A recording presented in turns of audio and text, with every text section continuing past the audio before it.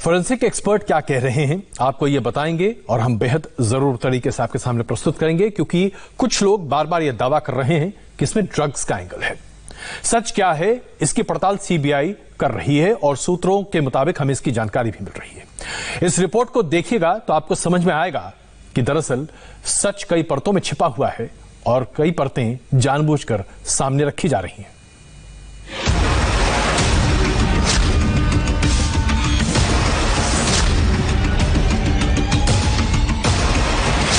Sushant Singh Rajput murder case में एकदम नया एंगल आया है। Sushant Singh murder case 180 degree घूम गया है। सुशांत सिंह की मिस्ट्री में सबसे नया सवाल यह है कि 14 जून को सुशांत सिंह राजपूत के पेट में क्या था?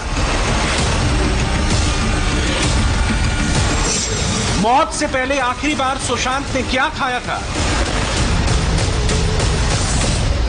सुशांत सिंह मर्डर केस को नया टर्न दिया है सांसद सुब्रमण्यम स्वामी ने। सुब्रमण्यम स्वामी ने इस ट्वीट में बहुत बड़ी बात कह दी है।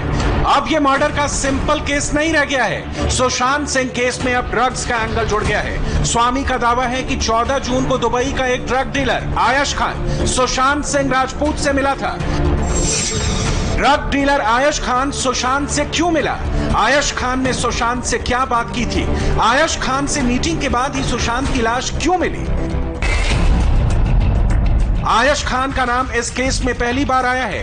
इस एंगल से मुंबई पुलिस ने जांच नहीं की। बिहार पुलिस ने भी ड्रग्स के एंगल को नहीं तलाशा, मगर स्वामी के ट्वीट ने सीबीआई को अलर्ट कर दिया है। दुबई के जिस ड्रग डीलर आयश खान की बात हो रही है कि वो मौत के दिन सुशांत से मिला था, इस बारे में जब हमने अपने सोर्सेज से बात करने की कोशिश की तो हमें ये पता चला कि अभी तक की जांच में ये सामने आया है कि पूरे मुंबई के अंदर इस नाम का कोई ड्रग डीलर है ही नहीं जो यहाँ पर एक्टिव हो।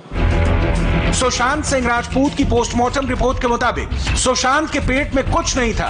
सुशांत के स्टाफ के बयान के मुताबिक सुशांत ने सुबह नारियल पानी पिया था।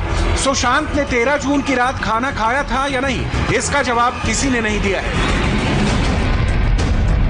मौत के वक्त सुशांत के पेट में क्या था, यह सवाल मामूली नहीं है। सुशांत की पोस्टमार्टम रिपोर्ट में बहुत से कॉलम खाली हैं। क्या यह जानबूझकर किया गया या डॉक्टरों ने हड़बड़ी में कॉलम खाली छोड़ दिए? इस सवाल की तहकीकात इंडिया टीवी रिपोर्टर अभय पराशर ने किया।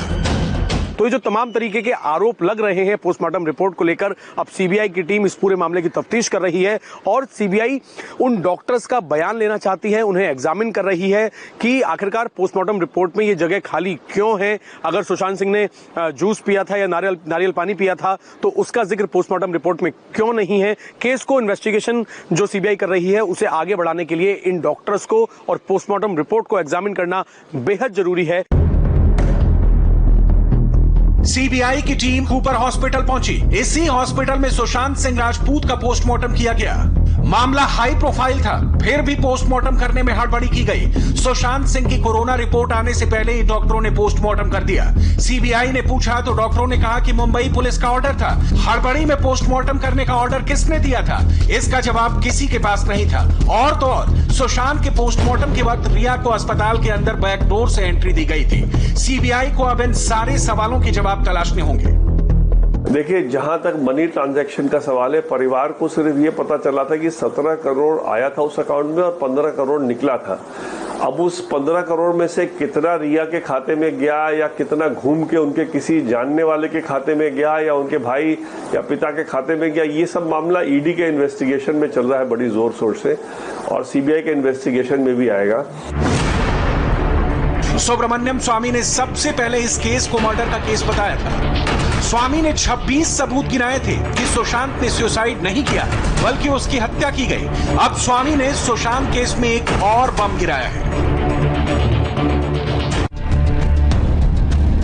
रिया चक्रवर्ती के बयान कॉन्ट्रोडिक्ट कर रहे हैं। रिया ने अपने वकील के जरिए जो सार्वजनिक बयान दिए और जो कुछ भी रिया ने ईडी की पूछताछ में बताया वो महेश भट्ट के साथ उसकी प्राइवेट चैट से मेल नहीं खाते। इसलिए सुब्रमण्यम स्वामी रिया को तुरंत गिरफ्तार करने की मांग कर रहे हैं। स्वामी की डिमांड है कि रिया से आगे की जो भी पूछताछ हो वो सीबीआई के रिमांड में हो। एक बात यह भी सामने आ रही है कि सुशांत सिंह राजपूत के लिए कई बार रिया चक्रवर्ती के घर से खाना आता था। सवाल है कि क्या 13 तारीख की रात को भी रिया के घर से खाना आया था? क्या सुशांत ने वो खाना खाया था? सुशांत सिंह कथित हत्या मामले में जितना अहम 14 जून की तारीख है, उतनी ही अहम 8 से 13 जून की तारीख भी है। इन 6 दिनों को लेकर रिया चक्रवर्ती के 3 बयान अब तक सामने आ चुके हैं और रिया के ये तीनों ही बयान एक दूसरे को काटने वाले हैं।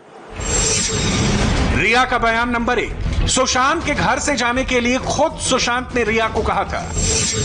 रिया का बयान नंबर 2, सुशांत के साथ झगड़े के बाद रिया ने सुशांत का घर छोड़ा।